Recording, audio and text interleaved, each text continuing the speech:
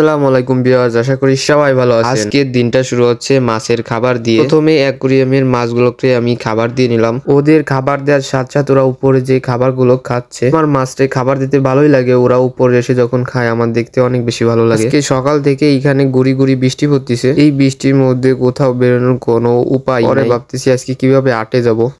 পর আমি আমার চাচাতো ভাইদের বাসার দিকে রওনা দিছি। আর ওই দূরে দেখতে পাই একজন নাইকেল গাছে উঠে নাইকেল পারছে। এইদিকে আমি ওদের বাসায় ঢুকে দেখি ও রিল্যাক্সে টিভি দেখতেছে। টিভি দেখে কি মনোযোগ দিয়ে দেখে। আর ওর অ্যাকোরিয়ামে সারা বাড়ি একটা মাছ আছে, তাও দেখাতে পারলাম না আপনাদের। আজকের যে থাম্বনেলটা রয়েছে এটা হচ্ছে আমরা কিভাবে বাঁশ খেলাম গরু কিনে। তো এখন আমরা সেটা নিয়ে আলোচনা করবো। ভাই বলি আপনাদের, কি গরু তো আল্লাহর রাস্তায় আমরা কোরবানি করব, তো এখানে বাঁশ খাওয়ার কিছুই নাই। থাকতেই পারে যে বাঁশটা কোন ফেলে দেওয়া যায়, সেটা হচ্ছে কি আপনাদের যদি দালালের হাতে পড়েন তাহলে আপনারা বাঁশ খাবেন অবশ্যই। জন্য ভাই আপনাদেরকে বলি যে কোনো দালালের থেকে আপনারা গরু কিচ্ছু কিনবেন না। আজকে আমাদেরও এই অবস্থা হয়েছে, তো দালালের হাত থেকে গরু কিনছে। এই গরুটা না বুঝছেন, এর আগে একটা গরু কিনছিলাম, ওইটা দালালের হাত থেকে কিনা হয়েছে। ও অতিরিক্ত দাম রেখে ফেলছে, আমরা ওই দিক থেকে বাঁশ খাইছি। গাইস মেন কথা হলো যে কোরবানিটা তো আল্লাহর পথে দেবো আমরা গরুটাকে, এই জন্য কিছু মনে না করে আপনারা আল্লাহর রাস্তায় কোরবানি দেবেন। আর এইটা হচ্ছে আমাদের সেকেন্ড গরু।